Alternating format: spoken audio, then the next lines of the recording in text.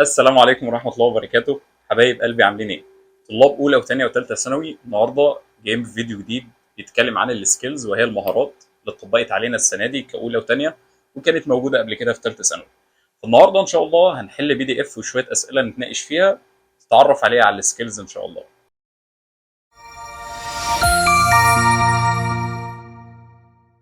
فالسؤال الأول معانا we use a full stop. عندنا حاجة اسمها full stop وهي النقطة. الإجابة الأولى at the end of a statement. هل بنستخدم النقطة دي في نهاية العبارة؟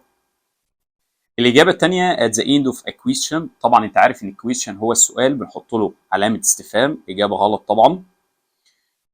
to show surprise or excitement. طبعا الاكسايتمنت يعني التعجب أو الدهشة، بنحط له exclamation زي ما أنت عارف، يبقى إجابة غلط. to show certainly عشان يشير إلى التأكيد، إجابة غلط برضو.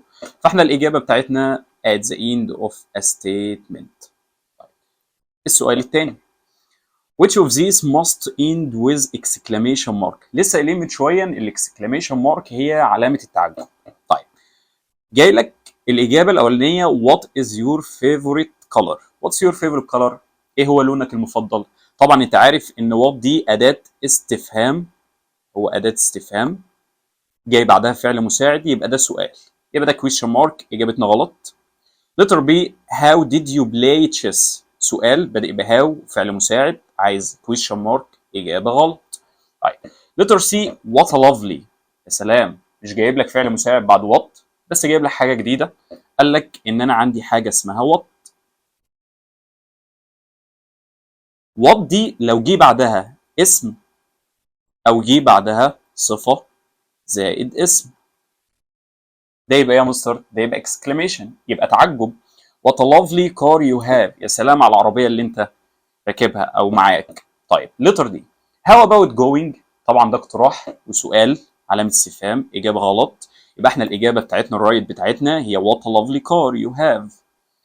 تعرف ان المعلقين الانجليز لما بيجي يعلق على ماتش هو بيستخدم حاجه واحده بس، يقول لك what a goal. what a goal هنا مش سؤال، هو exclamation، تعجب او دهشه. السؤال رقم 3 which can be used in blanks. عندنا مكان فاضي عايزين نملاه، فالراجل بيقول لك he didn't find his book. الراجل ما لقاش الكتاب بتاعه. did he. تفتكر معايا كده ان ده حاجه اسمها question tag، حاجه اسمها question tag اللي هو السؤال المزيل. كنا بنعمل ايه في السؤال المزيل؟ كنا بنبدل، بدل فاعل فعل بيبقى فعل فاعل، بدل ما جمله مثبته تبقى جمله منفيه. طيب مش هو عايز، هو مش ده اللي هو عايزه، هو عايز يقول لك ان انا في question tag من اسمه بنحط ايه؟ طبعا بنحط question mark اداه استفهام، ولا بنحط exclamation تعجب، ولا بنحط كوما، ولا بنحط full stop. سؤال رقم 4 we use a and to list more than two items in the same sentence.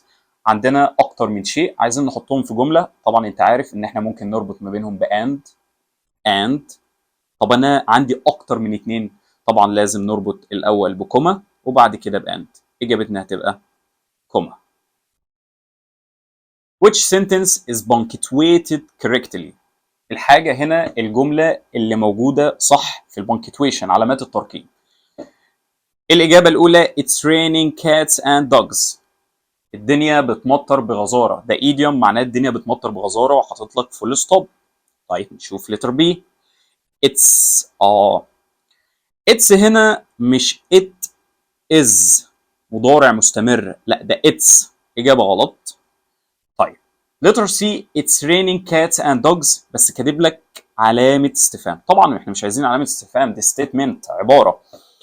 It's raining cats، طبعا هنا possession، هنا ملكية، مش عايز ملكية خالص. إجابتي هتبقى It's raining cats and dogs. الإجابة letter A.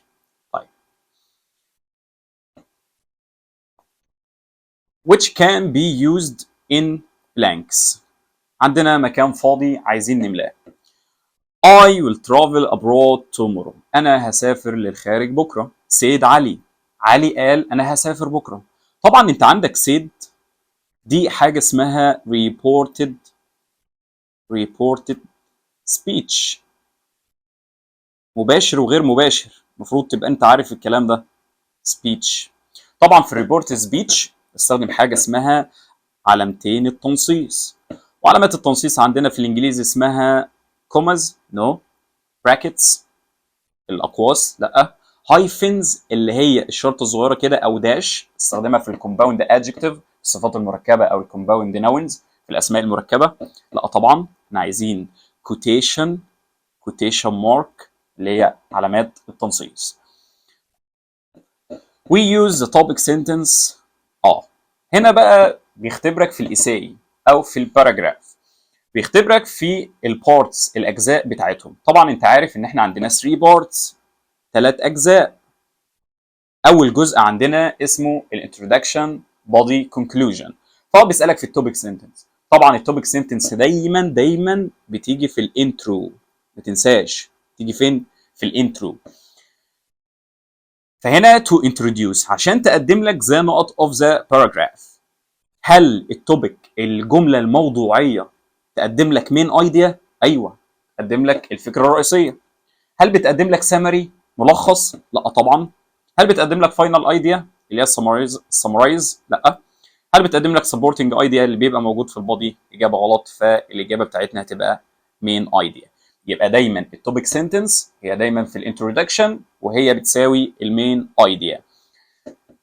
السؤال اللي بعد كده when you are writing، الراجل بيقول لك لما بتبقى بتكتب you can't use، خلي بالك you can't لا تستطيع، تقدرش تكتب ايه او ما تقدرش تعمل ايه. to give contrasting information. contrast هنا يعني التعارض، المعارضة او التناقض. التناقض، في تناقض. واحد ما بيحبش السباحة بس بيحب المية، واحد ما بيحبش يبقى نباتي بس يحب ياكل، وهكذا بيحب ياكل حاجات نبات، يحب ياكل جرجير مثلا. فده تناقض، انسان متناقض. فانت ما تقدرش تستخدم ايه في حالة التناقض دي. هل despite؟ طبعا انت عارف ان despite يعني بالرغم من. طيب due to يعني بسبب، بسبب، ولا however ومع ذلك، ولا although بالرغم من. تفتكر ايه اللي ما بستخدموش في التناقض؟ طبعا ما بستخدمش due to، بسبب. هنا بيعرض الريزون، السبب. طيب السؤال اللي بعده بيسألك هنا في انواع الاسايز. طبعا عندي نوع اسمه persuasive. persuasive يعني مقال اقناعي. طيب من اسمه ايه يا مستر؟ من اسمه ان هو راجل عنده فكره في دماغه بيقنعك بيها مش اكتر. البرسويسيف اساي ده بقى، هل هو describes بيوصف؟ هل هو بيوصف؟ لا هو ما بيوصفش. هل هو tells a story بيقول قصه؟ لا هو ما بيقولكش قصص.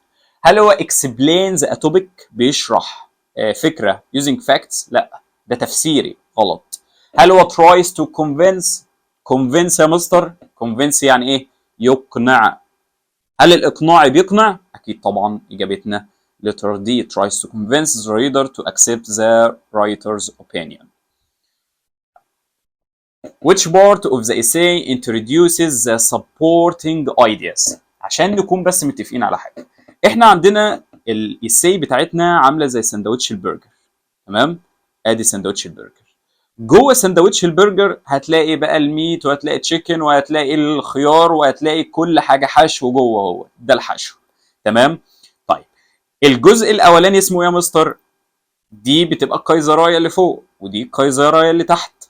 اللي فوق دايما بيساوي اللي تحت او شبهه بالظبط. لما تخش مطعم تاكل برجر هتلاقي الكايزرايه اللي فوق زي الكايزرايه اللي تحت، فهم الاثنين يعتبروا واحد.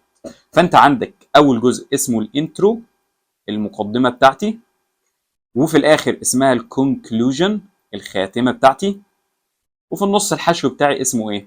بودي، الجسم بتاعي. يبقى الاساي بتتكون من 3 بارتس. اول حاجه انترودكشن، تاني حاجه بودي، تالت حاجه كونكلوجن. طب يا مستر الانترودكشن بنعمل فيها ايه؟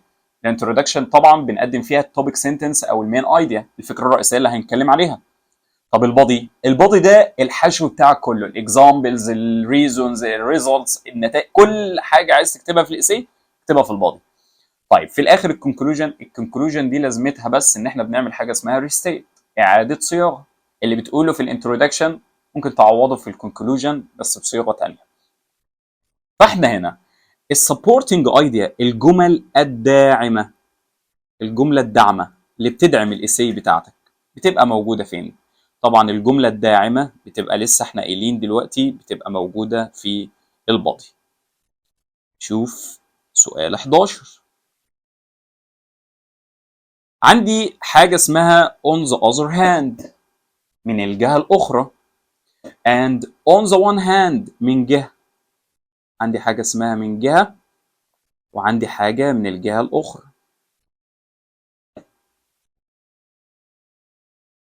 من جهة ومن الجهة الإيه؟ الأخرى. من الجهة الأخرى. طيب دول بستخدمهم ليه في البادي؟ لما أقول لك من جهة إن مصر جميلة، ورجعت قلت لك من الجهة الأخرى إن مصر فيها شوية مشاكل مثلا، يبقى إحنا عندنا دلوقتي في تناقض او في فكرتين عكس بعض. يبقى انا هل دلوقتي similarity، هل في تشابه؟ لا، ما يبقاش في جهه اخرى. هل في a decision to leave the current job، قرار ان انت هتسيب الوظيفه الحاليه؟ لا. هل comparing، بتقارن ما بين two different facts، حقيقتين؟ ايوه هو مقارنه، قارن من ايجابيات وسلبيات. هل هو addition اضافه؟ لا مش addition اضافه، اجابتها هتبقى letter C. هو comparing. At the end of an essay، في نهاية الإساي we can use، ممكن نستخدم إيه؟ هل moreover علاوة على ذلك، علاوة؟ هل in short باختصار، تيجي في الآخر تكتب باختصار؟ first of all مبدئيا، ولا however مع ذلك، ومع ذلك؟ تكتب إيه؟ طبعا in short باختصار، لأن نختصر بقى نخلص نعمل summarize. We use بنستخدم to show position and contraction. انت ممكن تبقى عارف كلمة position يعني ايه؟ يعني الملكية. position يعني الملكية، بس الكونتراكشن يعني الاختصار. contraction يعني الاختصار او الانكماش. عارف لما بتيجي تكتب did، النفي بتاع did هي did not. واحد تاني يقول لي يا مستر هي did تبقى نفيها didn't، غلط. اقول لك صح، يبقى ده contraction. contraction يعني الاختصار. فالاختصار والملكيه ممكن نستخدم فيهم ايه؟ هل نستخدم فيهم الكوما؟ لا. هل نستخدم فيها الابوستروفي؟ ايوه ابوستروفي. هل نستخدم فيها الكولون، نقطتين فوق بعض؟ لا. نستخدم فيه فول ستوب نقطه؟ لا. اجابتنا هتبقى ابوستروفي. when you conclude، طبعا احنا اتفقنا ان احنا عندنا introduction body conclusion. لما نيجي نلخص بقى، لما نيجي نلخص your speech you should، لازم تعمل ايه لما تيجي تلخص؟ هل انت هنا tell your audience what you are talking about، بتقول للجمهور بتاعك انت بتتكلم عن ايه؟ لا طبعا دي في الانترودكشن. divide your body، هل بتقسم البادي؟ ملناش علاقه بالبادي. هل بتعمل ريستيت؟ لسه قايل لك من شويه ان انت لازم الريستيت يعني اعاده الصياغه، فاجابتنا هتبقى restate and sum up what you said in the speech. write a story about your first day of school، اكتب قصه عن اول يوم ليك في المدرسه. هل ده نوع ايه من انواع الاسيز؟ هل هو descriptive وصفي توصف؟ هل هو narrative روائي بتروي؟ هل هو persuasive اقناعي هتقنعني بحاجه؟ expository تفسيري. لما تيجي تحكي لي عن اول يوم عندك في الدراسه يبقى ايه؟ طبعا يبقى narrative روائي. السؤال اللي بعده which of the following is structurally corrected، ايه هنا الجمله الصح؟ يديك 3 غلط يبقى عايز واحده فيهم بس صح. كل الاجابات بادئه بوين. طبعا انت المفروض تبقى عارف ان وين دي جوكر في الانجليزي، يجي وراها ماضي تام، ماضي بسيط، ماضي بسيط، ماضي تام، ماضي مضارع بسيط، مستقبل، مضارع تام، مستقبل، ماضي بسيط، ماضي بسيط، ماضي بسيط، ماضي مستمر، كل اللي انت عايزه. بس بشرط لازم تشوف الرابط الزمني، الزمن بتاعك ايه، او الحقبه الزمنيه بتاعتك اللي بتستخدمها فيها ايه. هل هتربط ماضي بمضارع، ولا ماضي بمستقبل، ولا مضارع بمستقبل، ولا مضارع بماضي، وهكذا. when I had finished، had finished ده ماضي تام، had finished ماضي تام.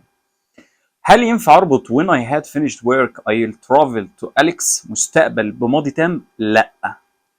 طيب هل ينفع تقول when I have finished مضارع تام، مضارع تام تربطه بمستقبل؟ ايوه، مضارع تام مستقبل، اي رابط مع مضارع بسيط مضارع تام الناحيه الثانيه مستقبل، كويس.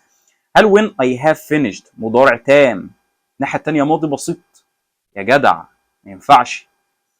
when I finished ماضي بسيط ينفع تربطه بمستقبل؟ اكيد لا. فاحنا الاجابه بتاعتنا الصح هي when I have finished work I'll travel to Alex. طيب an essay seeks to. seek to يعني يسعى، كلمة seek يعني يسعى. أنه essay بيسعى إن هو to make the reader agree with the writer's viewpoint. عندي viewpoint، عندي فكرة في دماغي عايزك تقتنع بيها أو أخليك توافق عليها. إيه نوع من أنواع الإسايز يخليك توافق على وجهة نظر؟ هل هو descriptive بيوصف؟ هل هو narrative روائي؟ هل هو persuasive إقناعي؟ expository تفسيري؟ أيوه هو persuasive مقنعك. In the argumentative essay. argumentative essay هو المقال الجدالي، بجادلك، اللي هو الإقناعي يعني بمعنى أصح، بقنعك أو بجادلك في حاجة. We present بنقدم إيه؟ هل بنقدم لما باجي نتجادل مع بعض على فكرة معينة هل only one side جانب واحد من الارجيومنت من الجدال؟ إجابة غلط. only the view of the writer هل فكرتك أنت بس اللي بعرضها؟ إجابة غلط. both sides of the argument الوجهين بتوع الاختلاف اكيد. on point of view وجهة نظر واحدة؟ لا، اجابتنا both sides of the argument. which sentence is correct؟ ايه الجملة الصح؟ خلي بالك ان احنا بنشتغل على البانكتويشن. السؤال الاول او الاجابة الاولى she said هي قالت، ده direct و indirect speech.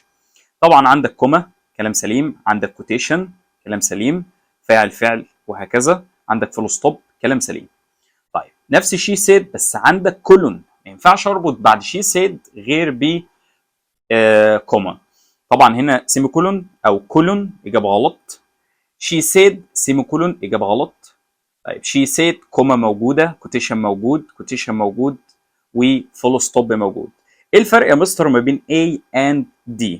تعال نشوف تاني. she said كوما I won't come.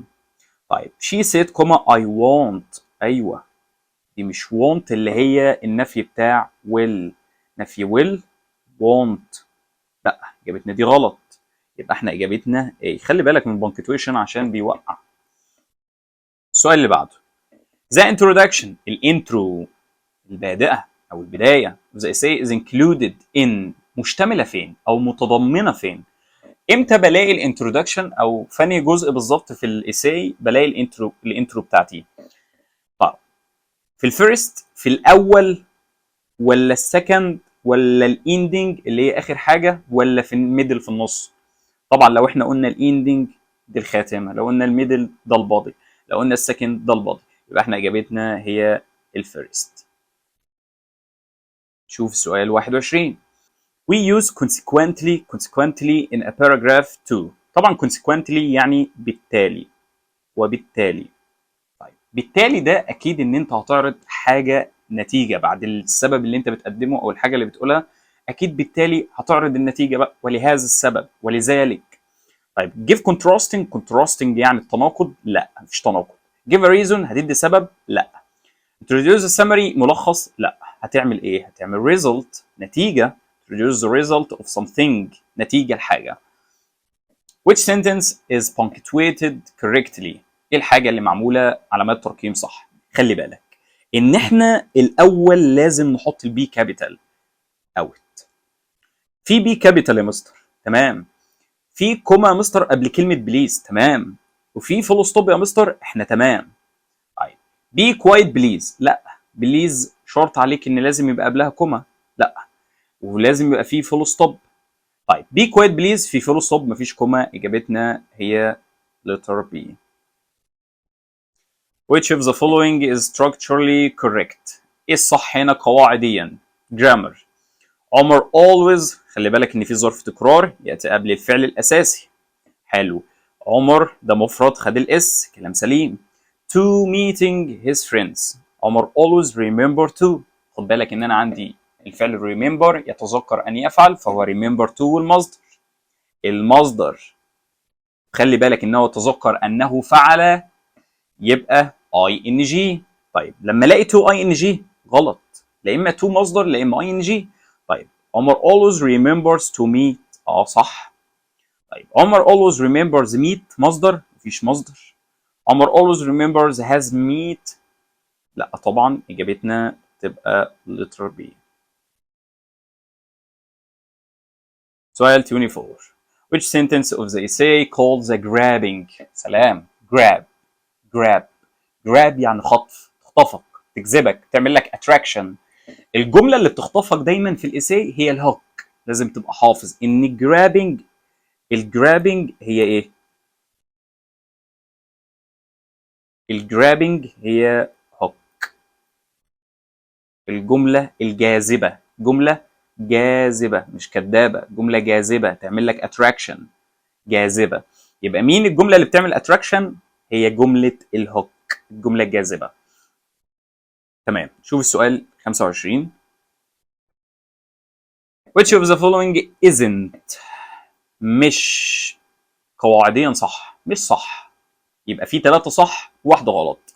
I suggested، يا سلام، عندك suggest من الأفعال اللي بيجي وراها دايما verb ing، وعندك suggest لما بيجي وراه ذات جملة فاعل يجي وراه جملة فاعل verb ing، ولما بيجي وراه جملة ذات وبعد كده فاعل بيجي وراها المصدر الانفينيتيف او should والمصدر should والانفينيتيف. كلام سليم. واحده من الثلاثه دول هيبقوا صح. تعال نشوف الاختيارات بتاعتنا. I suggested traveling، صح. I suggested to travel، no، out. I suggested that he travel، يا مستر هي تاخد اس، لا بس خلي بالك ان في ذات بعد suggest، يبقى انا محتاج travel مصدر، صح.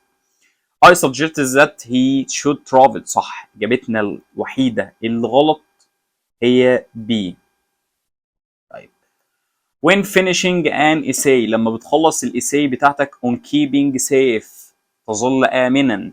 you can use، عايز افنش اساي بيكلمنا عن ازاي تظل آمن. هل اقول first؟ يا اخي ده بيقول لك تفنش تلخص. moreover علاوة على ذلك، لا. in conclusion، سلام، خاتمة. protection is better than cure. حلو الايديوم ده. الايديوم ده يعني الوقاية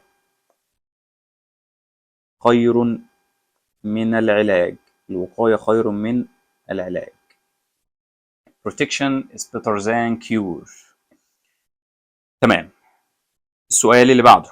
we use for instance على سبيل المثال اللي هو بتساوي for example على سبيل المثال. استخدم instance على سبيل المثال ازاي؟ هل express regret ندم؟ لا مفيش ندم. هل show surprise تعجب؟ لا. give examples، ايوه هنا بنعمل examples امثله. 28 one of the social instructions من التعليمات الاجتماعيه is. هل لما اجي اديك تعليمات اجتماعيه social keep distance to avoid infection، هل اقول لك حافظ على المسافه عشان تتجنب العدوى، ولا write your personal and hard skills، اكتب عن مهاراتك؟ اكيد لا. ما دام في social يبقى اجتماع، يبقى حاجه في المجتمع، مش هنwrite your work experience ولا هنleave your coat. اجابتنا تبقى حافظ على المسافه عشان تتجنب العدوى. 29 which of the following is punctuated؟ خلي بالك ان هو شغال معاك على البنكتويشن correctly. عرفنا في تاني سؤال النهارده في البي دي اف ده ان كلمه وات ممكن تاخد question mark، ممكن تاخد exclamation mark على حسب اللي جاي بعدها. جاي بعدها فعل فاعل، يلا باشا دوس في question mark سؤال. حسب جاي بعدها صفة اسم يبقى exclamation تعجب، أو جاي بعدها اسم بس يبقى علامة تعجب. إيه اللي هنا صح؟ what a nice tie تعجب صح. what a nice tie ينفع أقول لك what a nice tie؟ لأ. علامة استفهام لأ. what a nice tie لأ. what a nice tie لأ. إجابتنا الصح هي تعجب. which of this which of these is used as a form of greeting for business people؟ الناس اللي هم أصحاب العمل.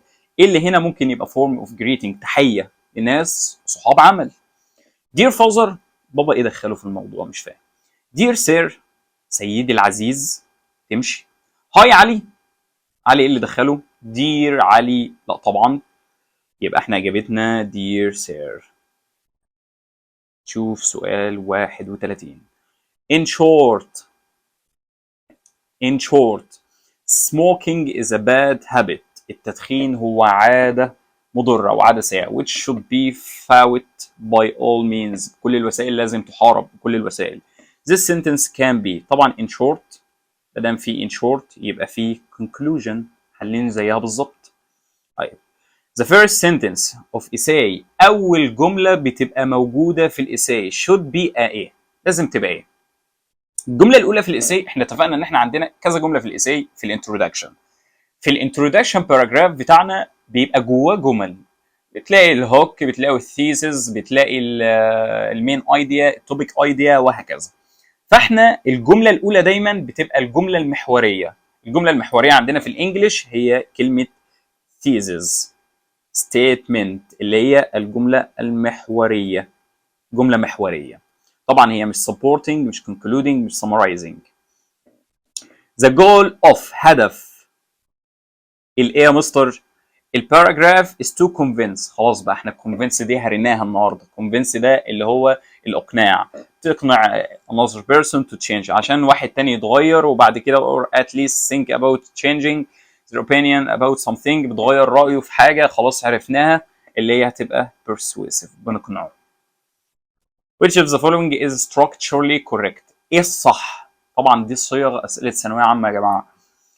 طيب الصح هنا تقول لي يا مستر زمان الراجل that has a big car that عايد على المان. ايوه عندنا لما كنا بنقول عندنا حاجه اسمها relative clauses ضمائر الوصل، كان ممكن يا مستر يبقى عندنا حاجه اسمها جمله، والجمله دي تبقى جمله اعتراضيه. جمله بتيجي ما بين تو كوماز. ما ينفعش استخدم ايوه زي ما انت قلت ما ينفعش استخدم جمله ذات. في الجمله الاعتراضيه ما ينفعش استخدم ذات. اوت. طيب زمان who has a big car اللي عنده عربيه كبيره is very rich. كلام سليم. طيب ينفع اقول زمان whom has؟ no مش whom has ولا زمان whose has؟ لا اقول لك whose car is big. ما ينفعش اقول لك whose has. اجابتنا هتبقى زمان who has a big car is very rich. شوف اللي بعده سؤال 35. we're writing an essay. لما بنيجي نكتب الاساي بتاعتنا يا مستر you can use the word also يعني بالرغم من تناقض. to give an example بندي مثال اكيد لا. attract بتعمل attraction grabbing no تعمل contrast تعمل تناقض تناقض. طيب there is no doubt that مما لا شك فيه أن that nanotechnology is very beneficial to man. مفيد جدا ان النانوتكنولوجي ده مفيد جدا للإنسان. This sentence could be the thesis of an essay about. لما اجي اقول لك مما لا شك فيه ان النانوتكنولوجي ديت هي مفيدة جدا للإنسان، ده يبقى thesis للإساي A. بيتكلم عن ايه؟ هل the disadvantages of modern؟ هل عيوب؟ الراجل بيقول لك ان هي مفيده، يبقى ازاي تقول له عن عيوب؟ هل the merits؟ طبعا انت عندك اوضحها لك برضو ان انا عندي حاجه اسمها advantages and disadvantages مزايا وعيوب. بيساوي برضو pros بيساوي cons مزايا عيوب. بيساوي حاجه اسمها merits وحاجه اسمها demerits مزايا وعيوب. يبقى انا لما اجي اقول لك الميريتس دي مزايا of nanotechnology، ايوه يا مستر هي مزايا فعلا، ولا the reason why we no longer لم نعد use لا طبعا لسه بنستخدم. الراجل بيقول لك مفيده. why we have doubts، ليه احنا عندنا شكوك about the benefits of nanotechnology؟ لا احنا ما عندناش شكوك، ده بيقول لك مما لا شك فيه، يبقى the merits of nanotechnology. as supporting sentence، طبعا احنا عارفين ان من وظيفه الفانكشن بتاع البودي ان احنا بنحط فيه supporting sentences، الجمل الداعمه، جمل داعمه بتدعم الاساي بتاعتنا. طبعا احنا بنعمل summarize، لا بنلخص، لا give details، ايوه بندي تفاصيل. هل give the main idea؟ لا. comes at the end؟ لا. اجابتنا تبقى gives details، بيديني تفاصيل. هو الباضي ايه غير ان هو بيديني تفاصيل، examples، امثله وهكذا. which of the following can be used to show reason، سبب، عايز احط سبب يا مستر. as a result، كنتيجه، لا مش عايزين نتيجه. regardless of، بغض النظر عن، لا مش عايزين بغض النظر. due to، بسبب، سلام. moreover، علاوة على ذلك، لا احنا عايزين because، due to وهكذا. طيب السؤال اللي بعده which expressions، ايه التعبير ان introduce a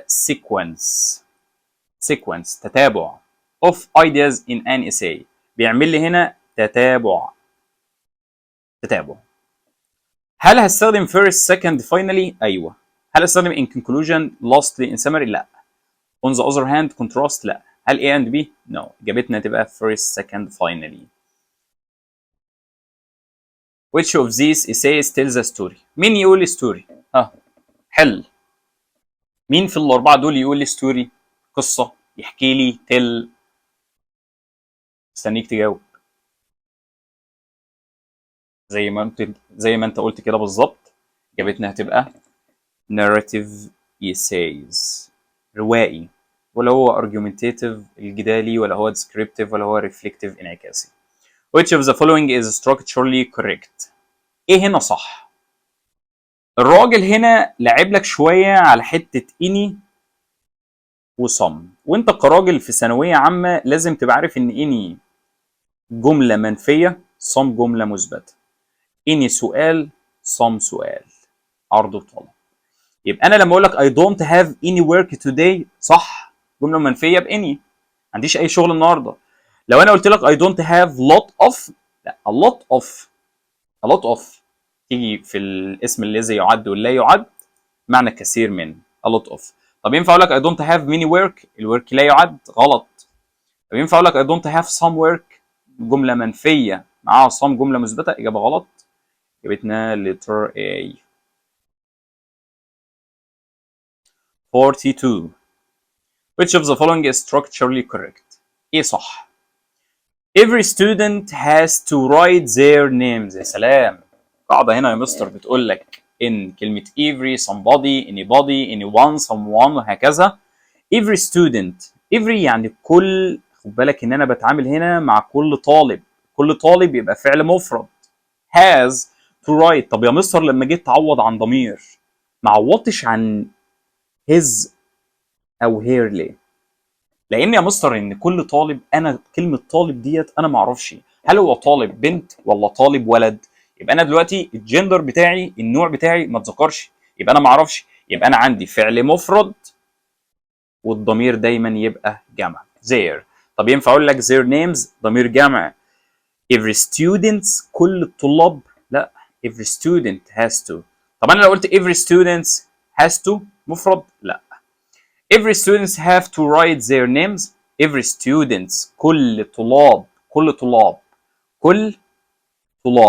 طلاب، المفروض اقول كل الطلاب all students have، غلط. every student has to write his name، هنا الضمير غلط، اجابتنا غلط. يبقى احنا حلوه الفكره دي، وفكره ثانويه عامه تيجي في امتحان وش ثالثه ثانوي. السؤال اللي بعده when do you use supporting details or supporting sentence؟ امتى بتحط الجمل الداعمه؟ هل هو before the first sentence، قبل الجمله الاولانيه؟ لا طبعا. after the last sentence بعد الجملة الأخيرة لا، هي بتبقى between introduction and conclusion. never use this in paragraphs لا طبعا. after the topic sentence بعد الفكرة الرئيسية استخدم يا باشا السبورتنج اللي انت عايزه. 44 which of the following is true about an argumentative. argumentative طبعا انت عارف ان هو المقال الجدالي، مقال جدالي. it tells a story، والله يا جماعه هو ما بيقولش ستوري ولا حاجه، وما بيقولش قصه، ده narrative. it only describes people places، بيوصف descriptive. it presents claim and supports it with evidence and reasons.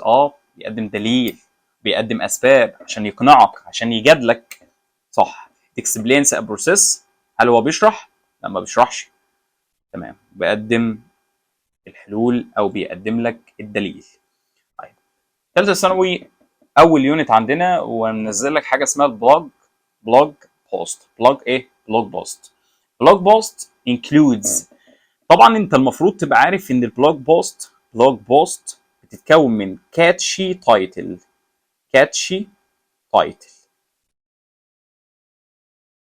وبعد كده بتتكون من الانترو، وبتتكون من البودي، وبعد كده الكونكلوجن. اكنك بتكتب اسي خالص، بس انت ضفت حاجه اسمها كاتشي تايتل، العنوان، عنوان الخاطف بخطفك، عنوان مشاكس، عنوان كده يقول لك ان البلوج ديت بتكلمك عن حاجه مهمه. يقول لك لو انت دخلت موقع مثلا، انت ليه بتخش على فيديو تلاقي الجرافيك بتاعه شدك تخش على الفيديو، فده كاتش تايتل. بلوج بوست انكلودز تتكون من كام بورت؟ طبعا احنا لسه ذاكرين كام بورت؟ 4 بورتس. طيب بلوج بوست must have a clear، لازم يبقى فيها ايه؟ او جول، لازم يبقى ليها هدف وغرض. هل فونت؟ خط؟ لا. هل لينك؟ لا. هل لينث؟ طول؟ لا. purpose، غرض، لازم يبقى ليها غرض وهدف، تتكلم عن حاجه معينه. A good blog post title should be clear and، طبعا احنا لسه قايلين لازم يبقى حاجه كاتش كده، كاتشي. The conclusion، الخاتمه بتاعتنا should not the main point، الخاتمه بتاعتنا لازم يبقى فيها ايه؟ رئيسي او اهداف رئيسيه. لازم تعمل لنا summarize، forget تنسى، delete تحذف، extended mid لا، لازم تعمل لنا summarize، اسمها conclusion، تعمل لنا summarize. والسؤال الاخير the final question بيقول لك ان كلمه first next and next، امسح دي. كلمه first next are examples of، ليه استخدم كلمه first و next في البلوج بتاعتي؟ قال لك هم questions، اسئله؟ اكيد مش اسئله. هل هم titles، عناوين؟ لا. هل هم captions؟ لا. هل هم transitions، كلمات انتقاليه؟ اكيد طبعا هم كلمات انتقاليه، فالاجابه تبقى transition. وبكده نكون خلصنا بارت 1 من السكيلز. اتمنى يكون الفيديو استفدت منه. ان شاء الله استناني في بارت 2. see you next time. سلام عليكم.